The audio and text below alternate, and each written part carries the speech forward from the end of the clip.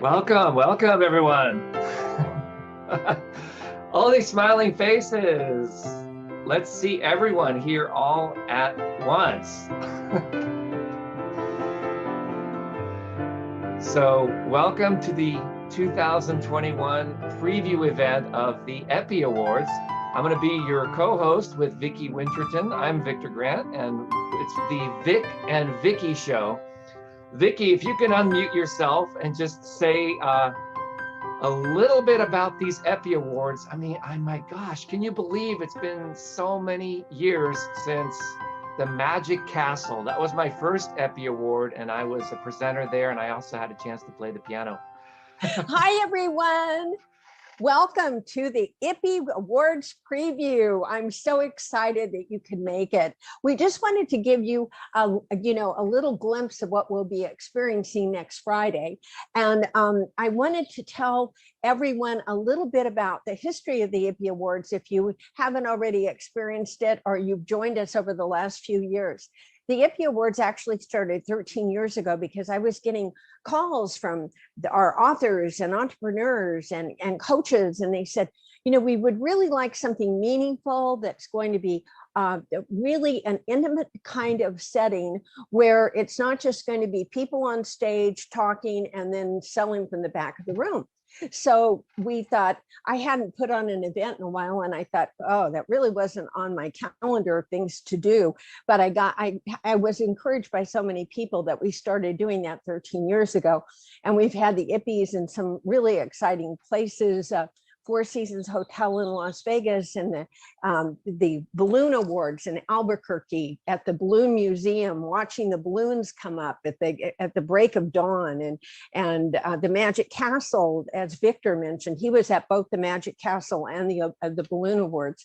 And then the last 3 years, we've had the awards in Mexico at a wonderful resort that a number of you have probably joined us and enjoyed. So I thought, yeah, I didn't want to wait until we were in a different time where people were comfortable or could actually travel to have the EIPPY Awards. So we decided to do it virtually, and I think we're going to knock your socks off. I certainly hope so. It's kind of hard to compete with live, but we're going to give it our best, and I'm so excited you're all here. And you met Victor. Victor and I have been partners in technology for over a decade. He's done all of our technology work, and he's here today to make sure things go smoothly, as well as being my co-host. And he's quite an entertaining guy. As a matter of fact, that was him on the piano that you heard coming in. He's really an incredible musician, multi-talented guy. And then I think you probably all have met or come in contact with Pam Murphy, and she has also been with us for over a decade, and she does a lot of things with the authors, but she's been instrumental in all of the EIPPY Awards for the last decade. So say hi, Pam. Hi, everybody. So glad that you're here with us. Terrific.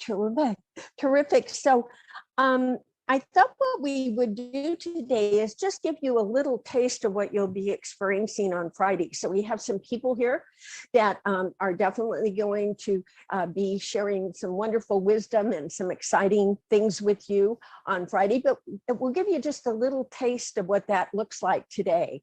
So the first person that I'd love if you could go to reactions, Hal, and raise your hand, because I want to introduce Hal Price. Hey, Hal. Wonderful. For everyone, hey, Victor. For everyone who registered for the author showcase, a little package came to you, and it should have a paddle that has the EIPPY Awards on it, and congratulations, so we can all congratulate all the authors. And also it has a hardcover program, and the program is also located on everything EIPPY. So you all that have registered will be able to go in there and get prizes and all kinds of things. But I wanted to spend a few minutes with Hal because he's quite an interesting guy and so talented. He was a branding expert for Fortune 500 companies for years. He had his own branding company for race car drivers. And then he is now spending all of his time concentrating on especially wonderful children's books. He is also a poet as well as a professional photographer. So Hal, welcome, officially welcome. It's great to officially be here. Fantastic. Well, Hal, I was wondering if you could tell just a little bit, because you've had quite an amazing year and quite an amazing life, but especially the last year. Tell us a little bit about what getting your story out and the story that you had in your heart out to the world has done for your life. And then I'm going to see if someone in the audience might want to ask you a question as well. Sure. What I learned the hard way, or the hard way, was I had been using my gift for my whole career to help other people, but never to help. I was helping other people make money off of my words, but I'd never really done my words to help other people follow their hearts and really listen to what their inner guidance is and follow their dreams and follow their passions. So I created Heroic Hearts Media back in 2014. You were a linchpin in helping me launch that with our Ready, Aim, Thrive, and what was the other first book? I'm trying to remember, where we had the balloon on the cover. I can't, the other balloon. Anyway, but it really opened me up to start writing words and thoughts and really following my heart and doing what I knew I was here to do. And that turned into a series of children's books. We've done 12 international book releases through your company, Viki, and I appreciate you and Pam so much for all that great work. Guidance and support, and help me try to figure out how to get my books out to people. Your videos are phenomenal that you do to launch these things, and your launch pad is phenomenal. But it's really just opened me up to now be speaking at schools to teach kids how to write their own books. I'm meeting with 4 schools next week to teach kids how to write poems for National Poetry Month, tied around national, Earth Day, or yeah, Earth Day. And I'm going to a lot of schools. I'm meeting with a lot of administrators. I'm actually working with a divorce counseling group to help people find out how to write, to communicate with their kids through our books, which is through Eli's bedtime stories, which involves conversations between a parent and a child about things that matter. So it's teaching parents and kids to communicate more deeply and to speak from their hearts and let their feelings be seen and known. So I think I'm just having a blast. And I got married 2 months ago. Opening my heart opened me up to find the heart that matched mine. So Jody and I just celebrated. We've met each other a year ago yesterday and got married February the 21st this year. So that's been a delight for me. So a lot of magic, when you follow your dreams and your heart is leading you to those dreams, everything can happen. That is so beautiful, Hal. So would anyone like to go to raise their hand and ask Hal a question? We have a lot of people here from all over the world. I want to acknowledge some people who showed up. We have Melis 𝗿𝗶𝗰, I hope I pronounced your name right. She's from the South Pacific. And Veronica is here, Kaylin, and let's see, Madeline Blair. Okay, so the first question here. Yeah. So this is for you, Hal. Sure. How did you find out what your purpose was? Well, first, I always knew what my gift was, but I never knew how to use my gift. I actually took a course back in 2013 called the Passion Test that Janet Bray Atwood and Chris Atwood did. And I went to a conference there and really started trying to figure out, what's my purpose? Well, I have a divine purpose that only me, I'm the only person on the planet that's going to bring this gift the way it's meant to bring. And taking the Passion Test helped me immensely. And then I met Marsha Weeder to go to her Wealthy Visionaries Conference. And that's where I met Viki for the first time back in 2014, I believe it was, Viki. And just a couple of things that I had some teachers that kind of pointed me in the right direction, and I did the work. You have to do the work. It's hard work. It's not hard work. Yeah, it's more like of a shedding of your snakeskin. Yeah, exactly. Very good. You know? And boy, people are tripping all over my stuff. So I'm glad I got rid of that. It's about that vulnerability and the connection, you know, when Yeah. you look at the whole essence of this, it's really the practice and feeling comfortable. Yes. It's like I can relate it to piano playing. Mm. A lot of people say, Vic, you know, we love your music. From my perspective, I'm just a beginner when it comes to playing piano, right? But my heart is in the place. I had to actually unlearn years and years of reading music and piano playing before I could connect with my heart and just play with what I hear, you know. Something else that really helped me, Vic, was I took a class that 𝗿𝗶𝗰𝗵 offered called Yes to Success back in 2013. But she taught me how to write from my heart and to listen for divine guidance. And I just asked myself a question every day: what do you need for me to know that I've forgotten? And I would just listen and do just automatic writing. And all of a sudden I would have 4 or 5 pages of guidance from my highest source, my inner child, you know, wherever it all comes from. And that really formed the foundation between the passion test and Wealthy Visionary, and then doing this Yes to Success, that inner child guidance, or that higher self guidance. And I would just follow what I forgot that I was supposed to remember. That's beautiful. I do automatic writing myself. I learned it in my early 20s from Nice. My mentor, Sharon Huffman, who passed away recently. She was a great mentor, and she actually was the mentor for Ken Blanchard. Oh, Published wow. The 1 Minute Manager. Yeah. And it was actually because of her that I had an opportunity to spend 9 months in paradise on Maui, where I was living in this home that she created. And there was a grand piano there, and I could really cultivate my arts there. And Wayne Dyer came to my home, and his daughter, and we played a little piano concert. There's something Wayne said that really inspired me. He says, don't die with your song still inside of you. Yes.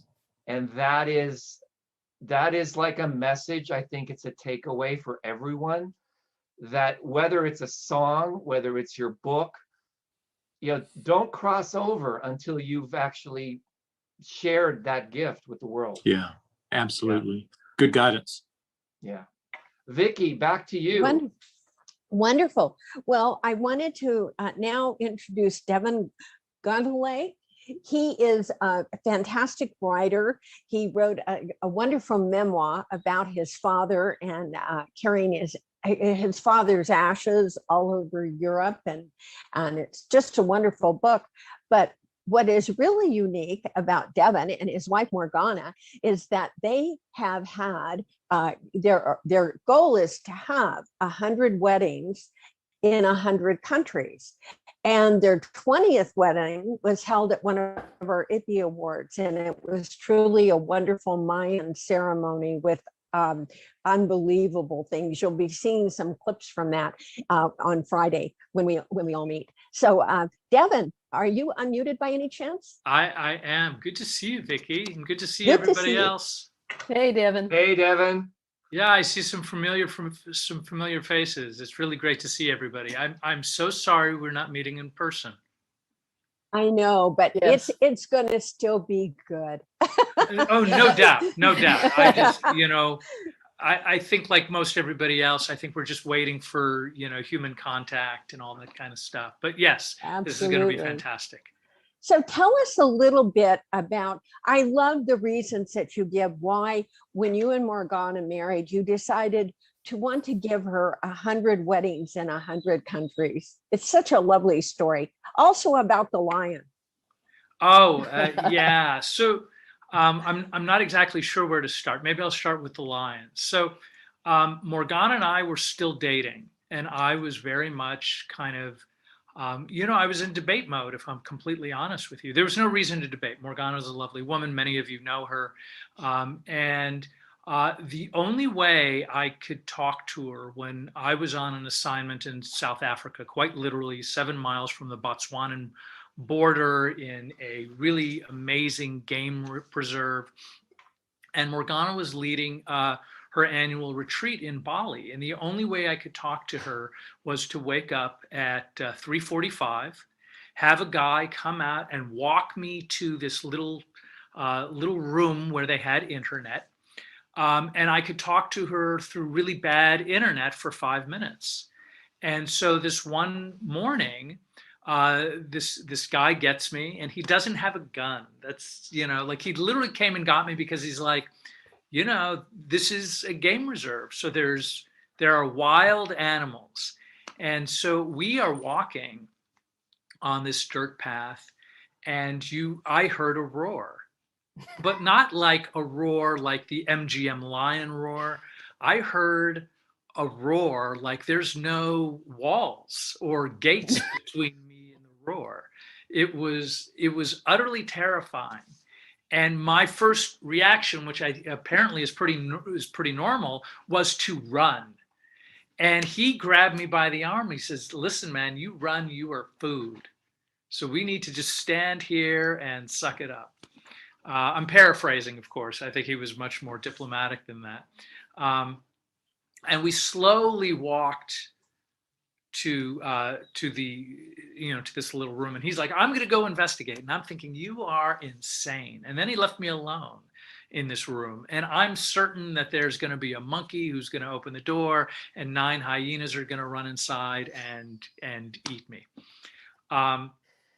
Anyway, Morgana and I had our morning conversation for 5 minutes. Then she, had to go do her retreat. And that's when it hit me. Here I was willing to walk through sort of like the South African plains so I can have a 5-minute conversation with this woman through terrible internet Skype session. And that was the moment. It was like, you know what? I'm the last one to know, but I absolutely love her. And so it was a really kind of big moment. And then, so in terms of the weddings, for those who don't know, I publish travel and have been writing travel articles for the last 18 years. So I've had the good fortune to travel extensively. And right after Morgana and I had gotten married, I got an assignment maybe 2 weeks later to cover a Marriott in Puerto Vallarta. And it's a beautiful hotel. I highly recommend it. It was great. And usually what they do when they kind of take you on press trips, usually wives and boyfriends and things like that are not invited. But they said, "Oh, you just got married. Why don't you bring your wife along?" So we had this great sort of honeymoon at this Marriott. And at some point, they bring you out to Puerto Vallarta to just have fun, just like, hey, have a great time, have lunch, go enjoy yourselves, and we'll see you in the afternoon. And so they drop us off in downtown Puerto Vallarta, which, for those who don't know, has an Our Lady of Guadalupe. It's a 150-year-old cathedral, and so we're walking past it, and it's an icon of Puerto Vallarta. And I said, as a total joke, "Why don't we go in there and get married again?" And I'm like, "Oh, I'm so charming and entertaining." And, anyway, Morgana, who was a great sport, was like, okay. She doesn't even know what I'm talking about. And there was another writer with us named Tamily, who's Tamily's Tips, and she has like 1 million followers on Twitter. And she goes, "I'm ordained." And I said, "Great, here's my ring. You're presiding." And so we marched to the front of this cathedral, and there were people, there were parishioners, they were praying. Fortunately, there was nobody in the pulpit, and we just kind of marched to the front, and Tamily started talking about her love for her husband and what it meant for her to be in this sort of cherished, sacred relationship.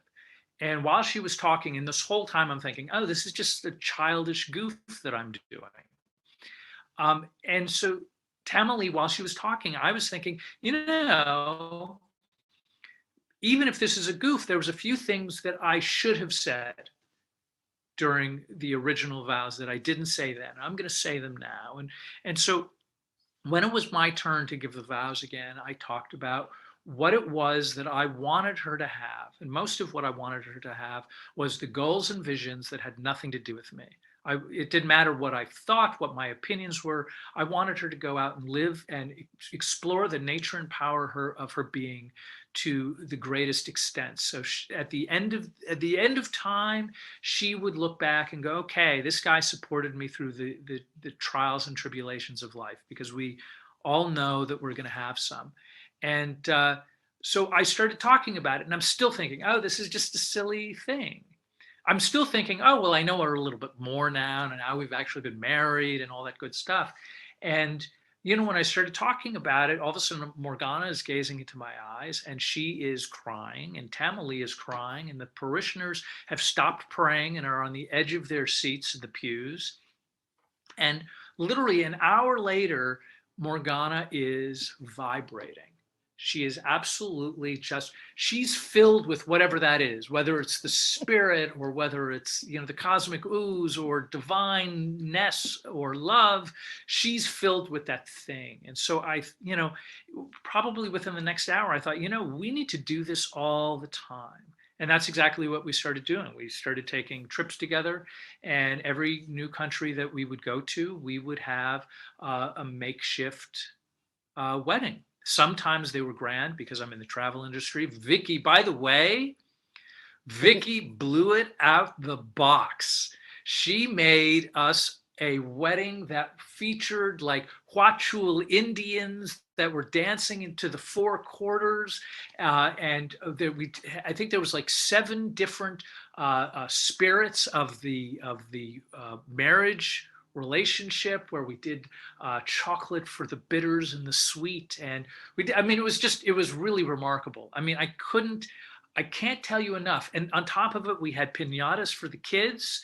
We had a dancing horse with a charro, a traditional Mexican cowboy, and we had an 11-year-old lasso champion who was like the state champ of Colima, Mexico. And it was just utterly remarkable. But so not only do we get to have these unusual, wonderful experiences around the world, but more importantly, I think there's this idea, at least in my history, my parents were married 12 times between the two of them. That's a lot of marriages that did not work out. Ironically, my father got married 7 times and was only divorced like twice. Another story to be shared at a later point in time.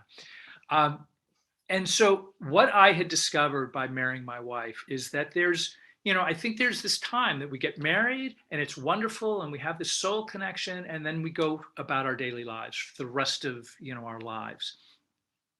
And what I was finding is that every time we would reinvest in our weddings, we would have these moments where all of a sudden it wasn't, oh, I have to go to work, I'll see you later.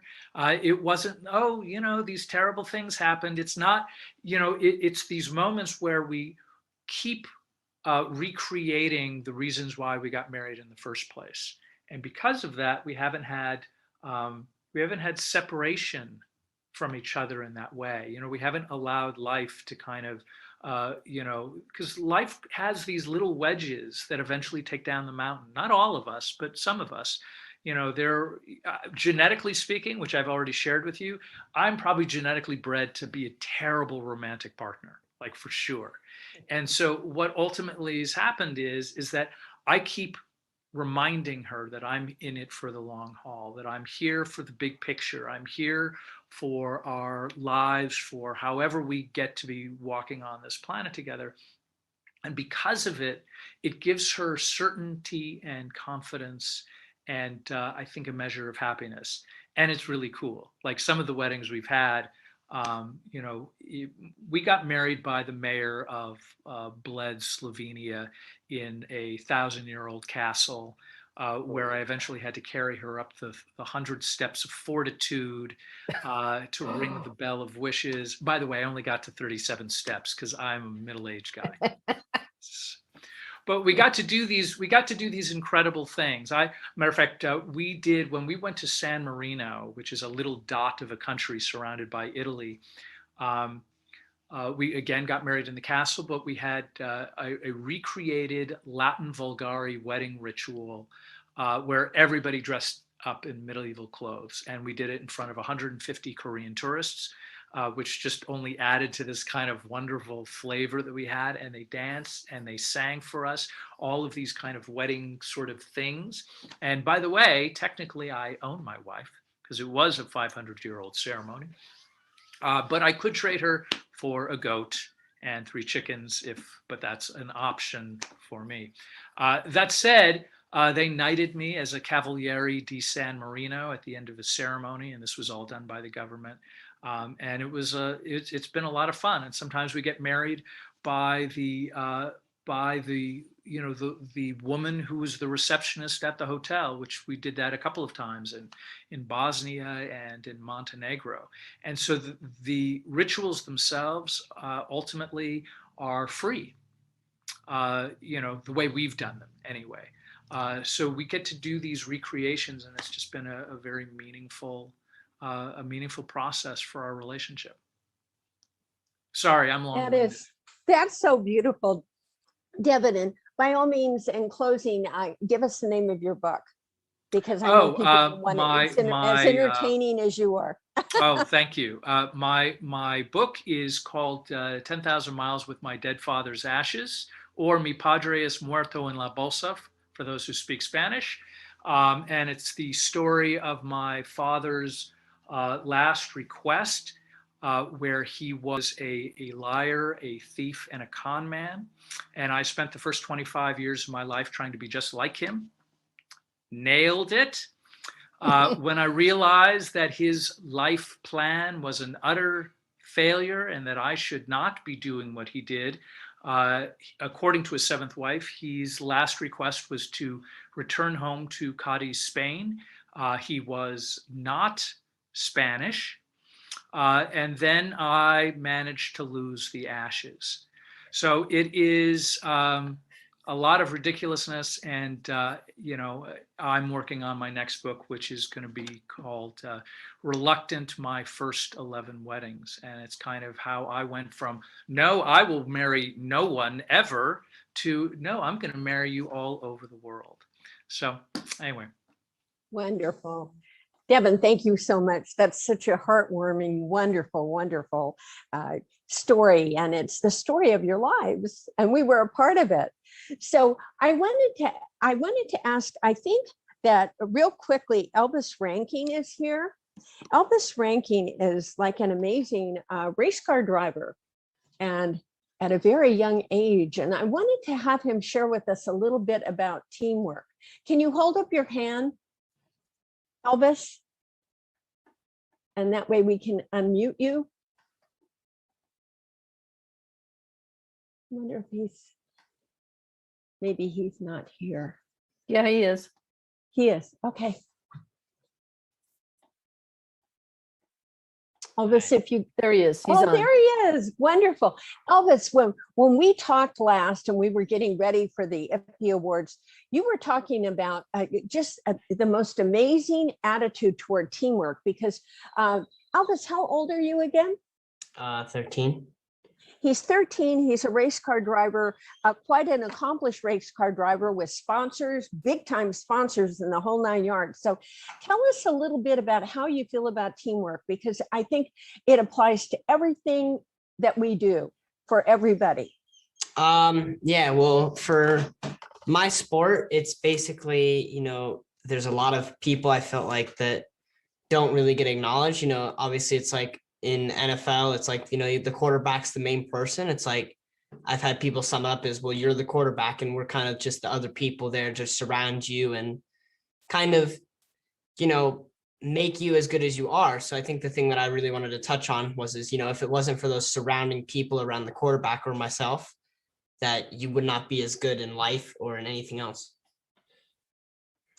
That's so wonderful. Elvis, thank you so much for being here. And thank you for participating in our last anthology book, Creating Your Legacy. It's just really, really a wonderful situation to have you there writing the preface. And we just thank you for all you do and the inspiration you give. I can't wait to see what you do with another 13 years. Yeah, thank you. Okay, so I wanted to now do a drawing, and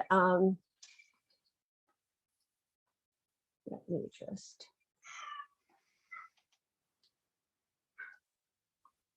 All right, let's get some excitement going. We have a drawing coming up, and this is for what is called the video. It's a video. Yeah, it's a video book trailer. And so it's going to be really, really exciting, because Hal had alluded earlier to the fact that we have videos that we do for our authors that win awards every single year. So this year we are going to be giving a video book trailer to someone here today. We're actually, when you register for the author showcase at mybookaward.com, if you haven't already registered, we will be giving away $20,000 worth of gifts and drawings next Friday at the actual EIPPY Awards. But today we're going to be giving away a video book trailer on all the distribution on it. So Pam, can you go ahead and do a drawing? What's the value of that, Vicki? The value is $800. Okay, wow, that's an $800 value, and Vicki and her team will make a video for you. And after we run this first installment of the preview, I'll be giving away promotion. How can you get your video out there on YouTube? So you want to stick around to the very, very end of this broadcast. We have a lot of gifts to give away while Pam is drawing the lucky winner. Now, the people who win this are registered at mybookaward.com, and they are VIPs. So you want to make sure you pick up your VIP ticket. Free people who are just watching the stream or the replays will not be eligible for the drawing, just to be clear.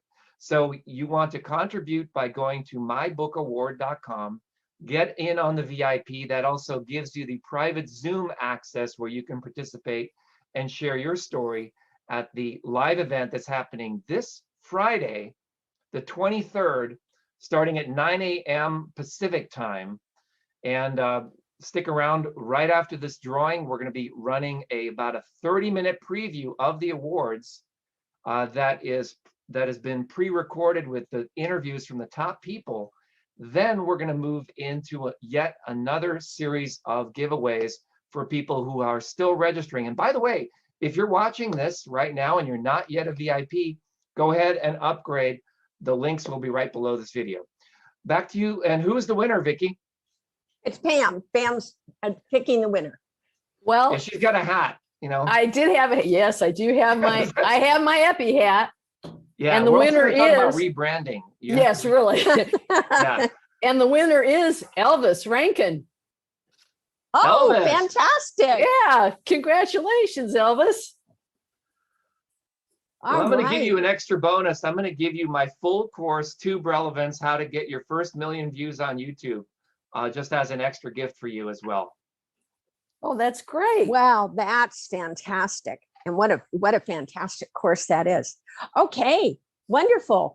So we have some more live people with us today that you won't want to miss. But first, we put together a little video. It's actually about 15, 20 minutes, and it is going to just show you some of the amazing things that have happened at previous EIPPY Awards, also some entertainment, little segments of entertainment that you'll be looking forward to this coming Friday. And so Victor, take it away.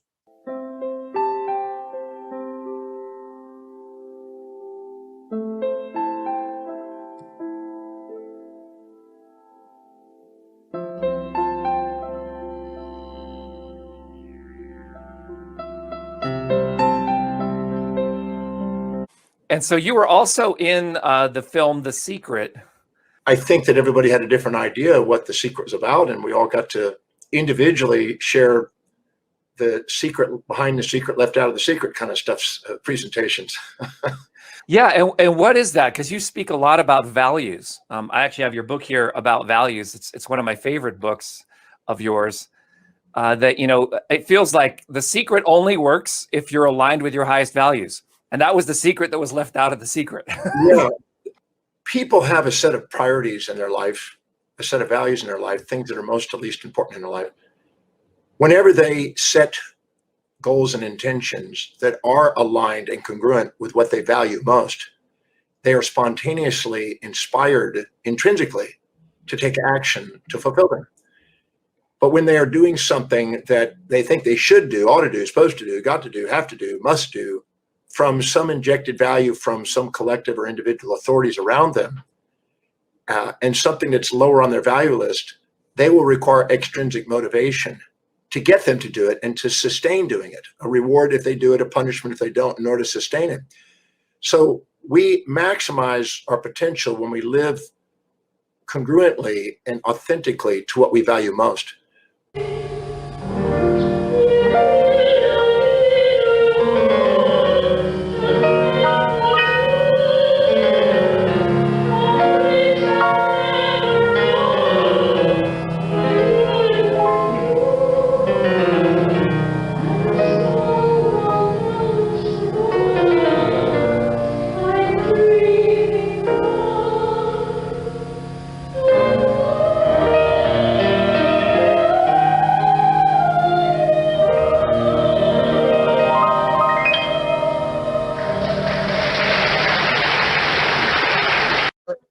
You know, I had the privilege of speaking this week at the very first International Middle East Conference for Women called ExecutiveWomen.com. And I have to say, it was a humbling experience to be there with presidents of nation states, directors of the UN. And you really understand the power of the word. You understand the power of publishing. You understand the power of voice. And it's in those environments where you see the suffering that's going on in the world outside of our little bubble. And so for me, you know, being able to have a voice in 2021 that really celebrates every human soul that contributes to our emotional brilliance and our well-being, our capacity for being truly fearless and living a stressless life is, to me, one of the most profound blessings I will ever have in this lifetime.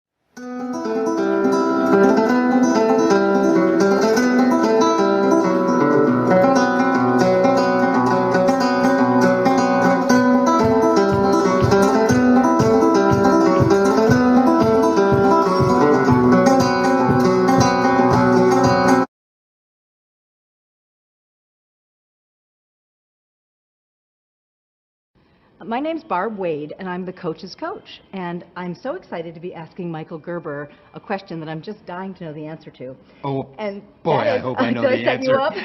Go ahead. No, it's a really personal question. It's knowing what you know now, what do you wish you knew when you were starting out? What do you wish you might have done differently? Knowing what you know now about the trajectory that you're on, what do you wish you knew as you were starting as a trainer, as a coach, as a person with a mission to change people's lives?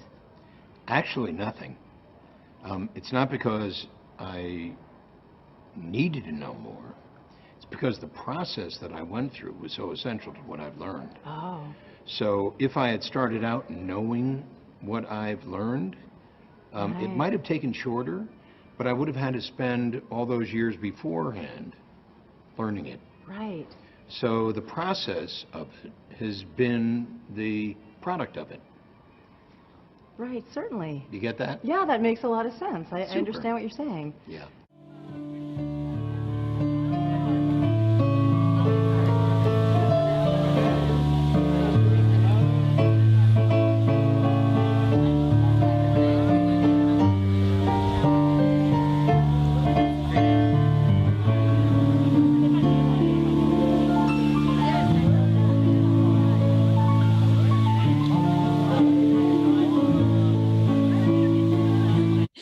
I have been a life and business coach for over 26 years, a mentor coach to many of the big name multi-7-figure coaches in my industry.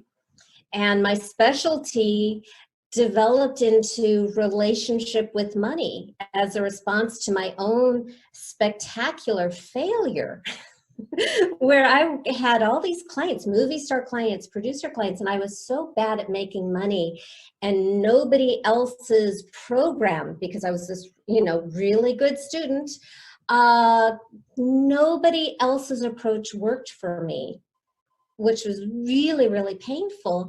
And I accidentally, with the help of my own coach in 2003, stumbled upon this approach to personifying money, which clicked everything into place.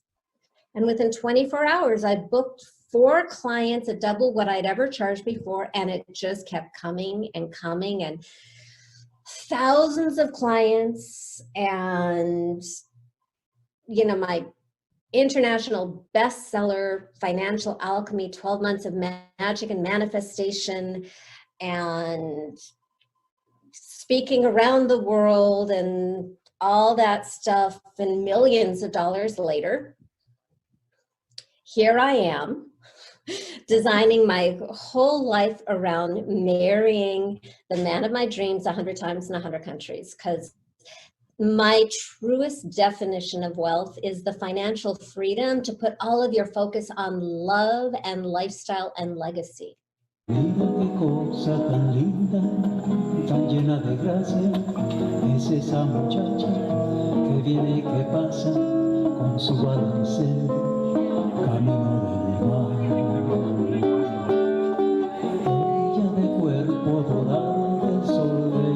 So I entitled this one, You Are the Dream and the Dreamer. There's a time and place for everything. My heart tells me it's true. There's a dream inside each living soul, an idea inspired through you. There's a dream the world needs desperately. It can touch brave hearts and minds. It was seeded when you first were born. It birthed you in perfect time. You're the gift the world has waited for. You're the spark that lights the flame. Your heart will feel this bright idea when your big dream calls your name. You were placed here for this special dream. Life's great needs inspired each clue. And you're humbled when you realize that your magic dream dreamed you. They won't forget what I did for love, what I did for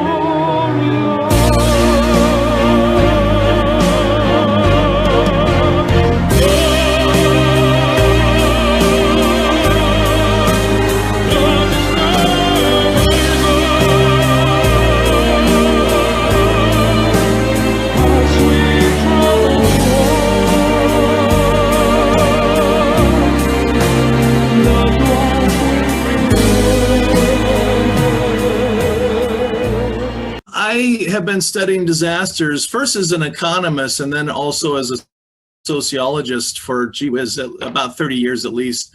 I live in Southern California, and we, when I first got into it, we're talking about landslides and earthquakes and wildfires. And little did I know that my career would be expanded into the O.J. Simpson case and John Benet Ramsey. I worked on that. And then the World Trade Center, the Flight 93 crash sites. And then the biggest environmental case in world history was the nuclear tests on the Bikini Atoll in the Marshall Islands. And as I got these, as my career evolved, and I these bigger, internationally known cases came along, and there's dozens or probably actually hundreds of other cases. I started, Viki, I started realizing that the people behind the statistics were more interesting than the work I was doing as an economist. So I went back to school and I got a PhD in sociology. And I started realizing that, hey, I've been really given a gift of this unique access to these sites around the country and around the world and meeting the people behind the headlines. And they're telling me some remarkable things. I was soaking it in like a sponge, and I was amazed with the wisdom that they had, given that they had been through such, horrific challenges. And so I started working on this book, Post-Traumatic Thriving. I started working on it over 10 years ago, and it just came out. I've had innumerable, I just had one today, television interviews and podcasts and radio interviews. I seem to have hit a nerve, and the book is, the book is full of wisdom, but I can't take credit for it. I learned these things from the people I've been talking to and often becoming friends with them over the decades. And I've just loved this experience because these people have provided kind of a roadmap to healing. Trauma statistically is going to hit 66 to 85% of everyone who's college age. And now with COVID, and I got COVID in January, and I think there's an argument everybody's been traumatized at this point, but even without COVID, the majority of people have experienced some kind of trauma, but we're never taught in school how to handle trauma, how to process it, how to heal from it. And this was what the book hopes to do, is not only heal from the trauma, but tap into the energy behind the trauma, because trauma is, produces a lot of energy. So how do we tap into that energy and use it productively to do something remarkable that we otherwise might not have ever done? Blessed we are to dance on this ground with a rhythm of saints to carry the sound. Feel a prayer for all life, for the days yet to come. May you walk in beauty and remember your song.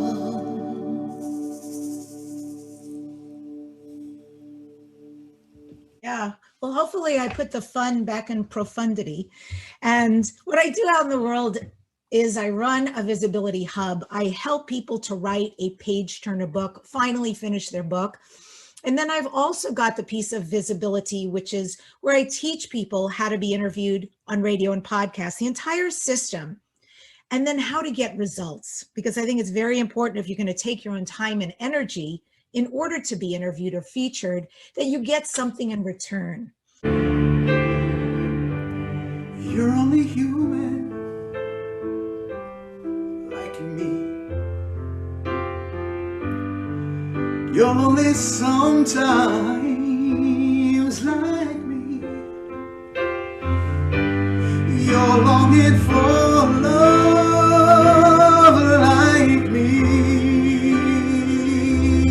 You're just like me. I understand. You're just like me.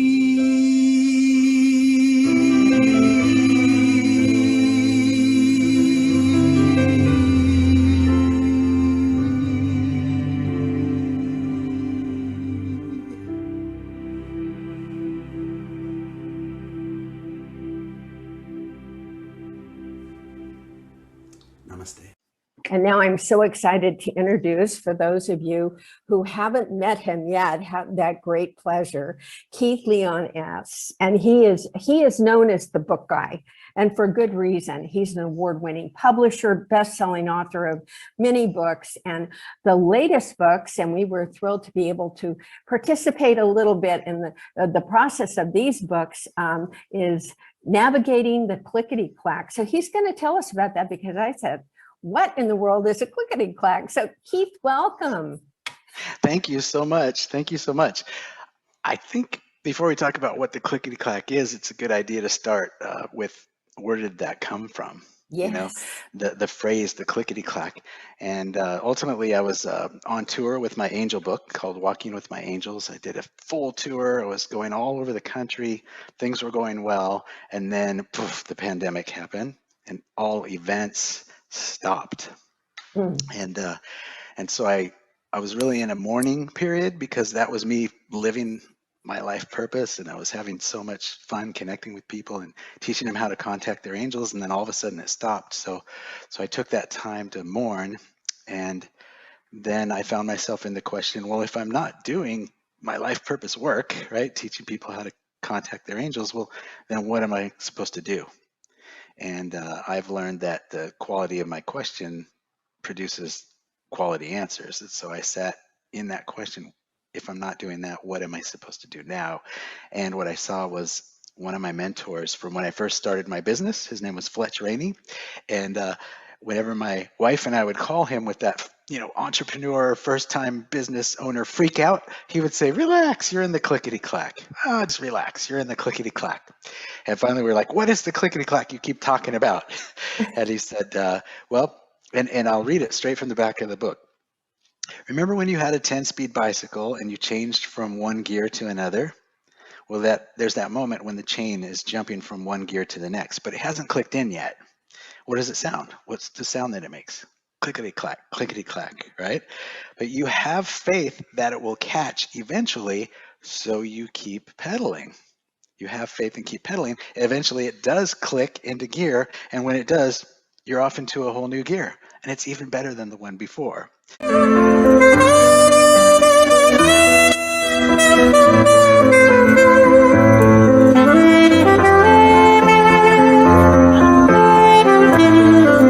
The most important tip, I think, is that if you feel that calling inside of you to write your book, it means that there are people out there who need to receive that book. Like, you would not be given the calling if there wasn't someone on the other end to receive it.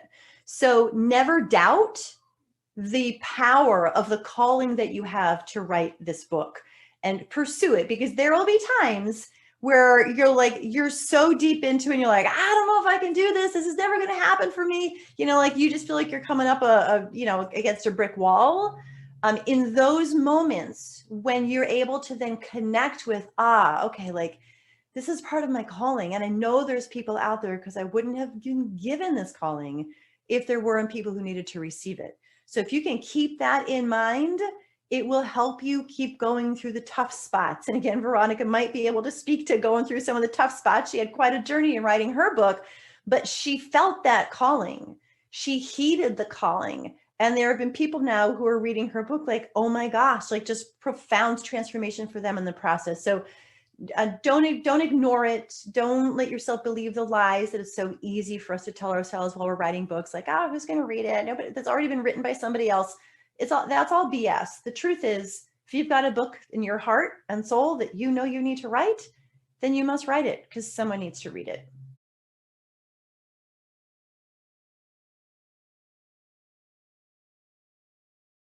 Made this up. I just wrote this 2 minutes ago for Viki.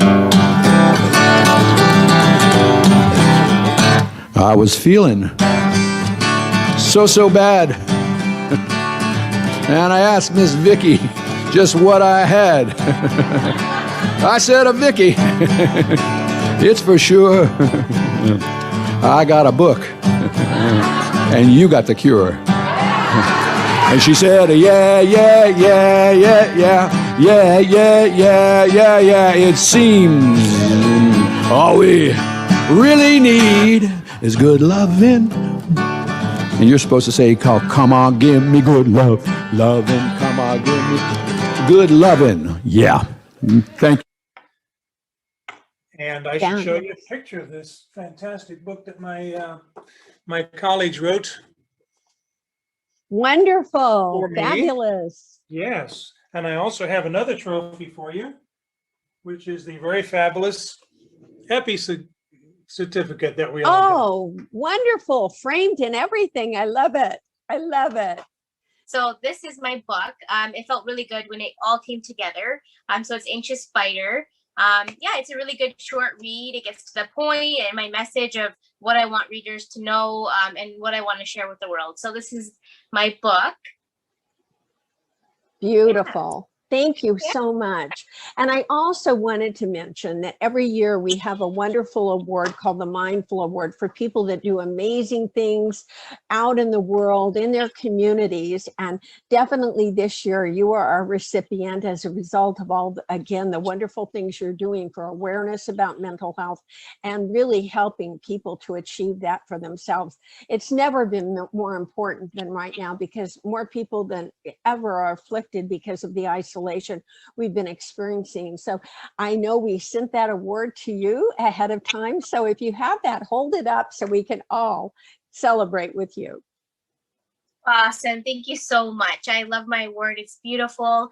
And it's nice to be recognized for the work that I try to do for the world and other people. Well, I am so excited because we had a participant and the most wonderful, lovely person and author who joined us for the EIPPY Awards in 2020 in Manzanillo, Mexico. And she was the first to sign up. So we have a lovely gift that we're going to be sending her to say, thank you for signing up first. And her name is Dr. Jean Farish. And Jean, welcome. Thank you, Vicki. Welcome, welcome, welcome. And I am just delighted to be with you today and to be gifted this opportunity to really speak from my heart. So thank you so much.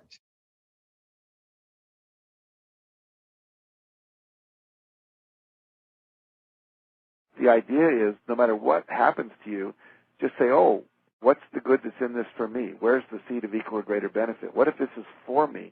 How can I take advantage of this?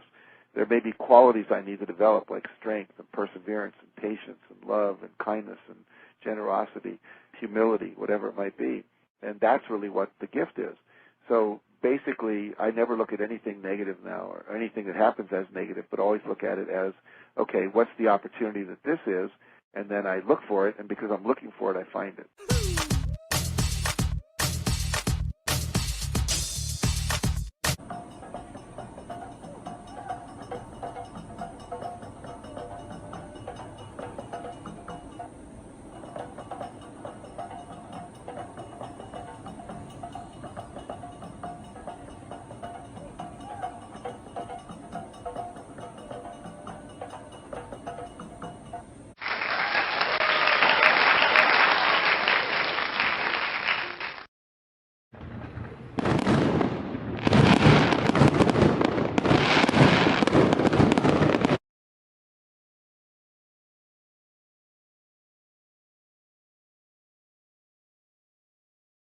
Hi, everyone. We're all back.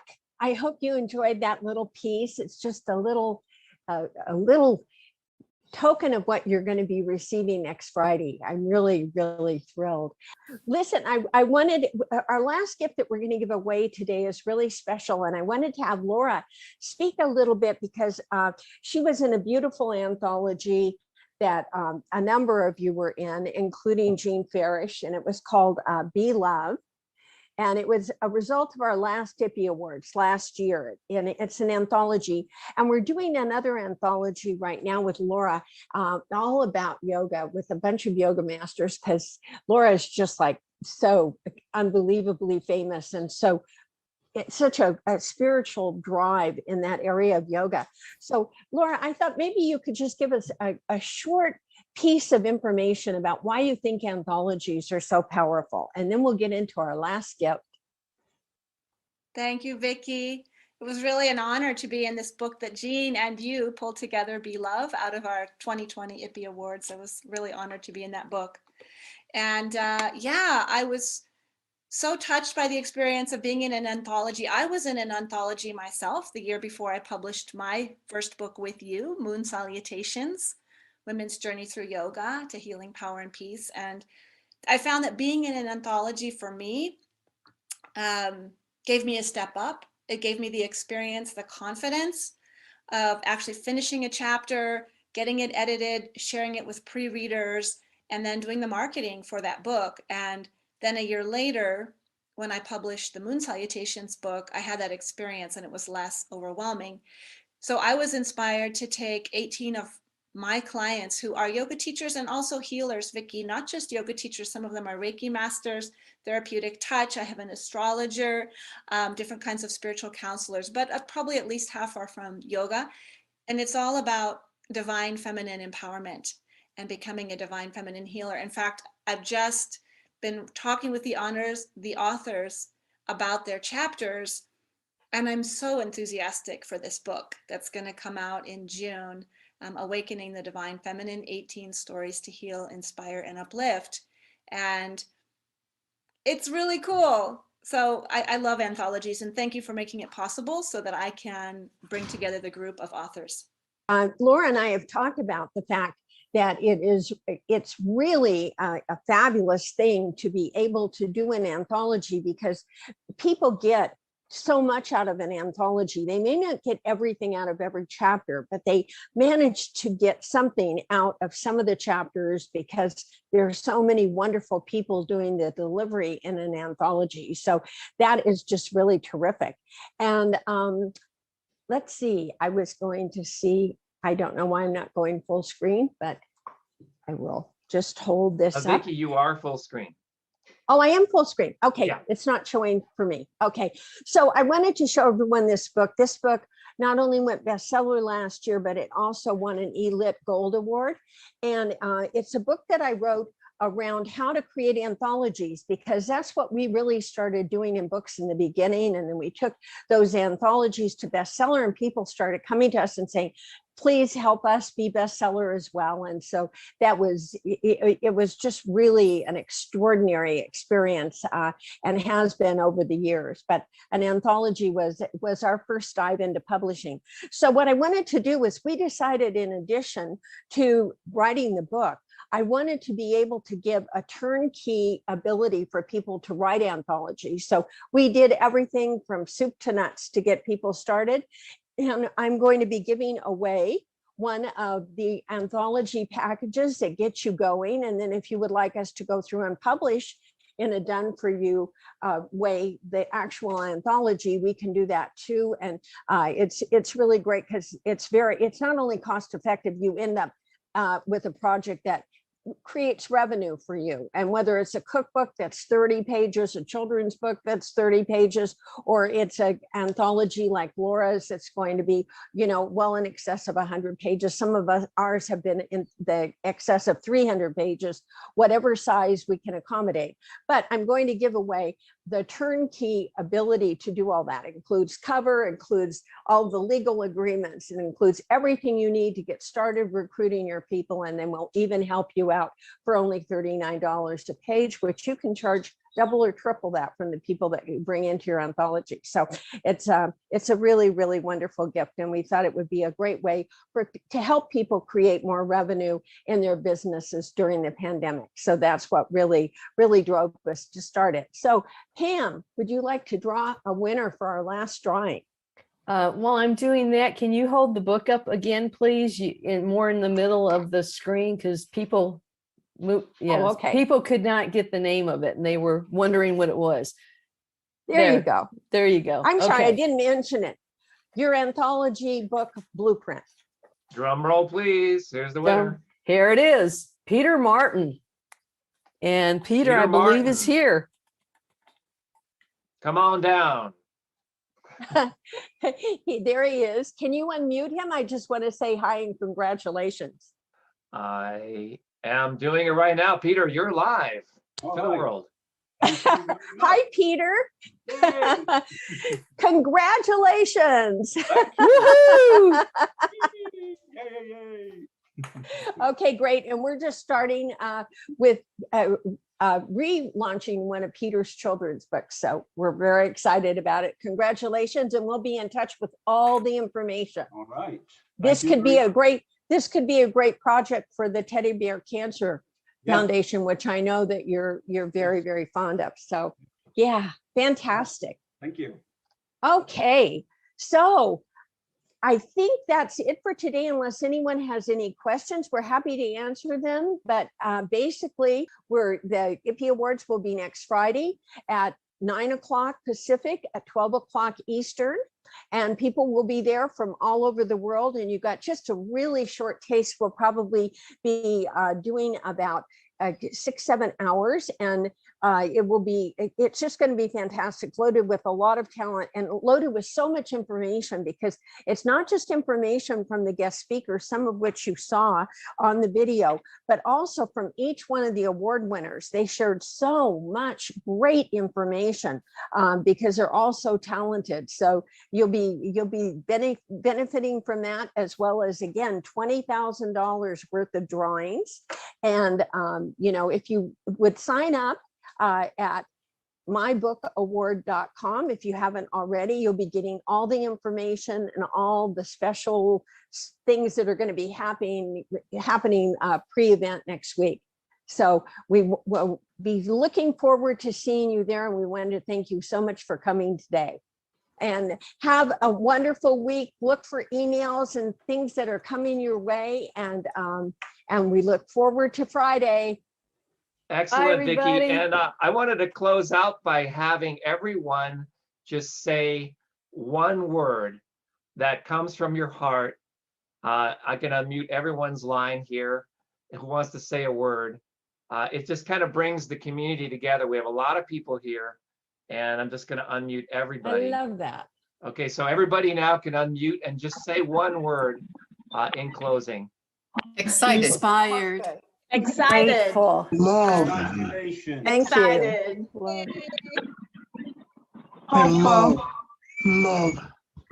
That's beautiful. Now we get to see everyone's faces, because you've all been sitting here quietly listening and watching, and I want you to feel like you're all part of a community and a family. Hi from Trinidad. All right, now we have to have those virtual vodka martinis coming out. Or mimosas, probably mimosas. It's kind of a weekend, we need a mimosa. Okay, everyone, we will see you on Friday. All right. Thank you so much. Thank you. Everyone. Thank you. All right. So if you're watching this replay, thank you for watching us tonight, and click the button below and register and receive your VIP tickets for the EIPPY Awards. It's going to be this Friday, and you want to be here live in the Zoom with all of us. This is a preview event, and we will see you at the next one. Bye now.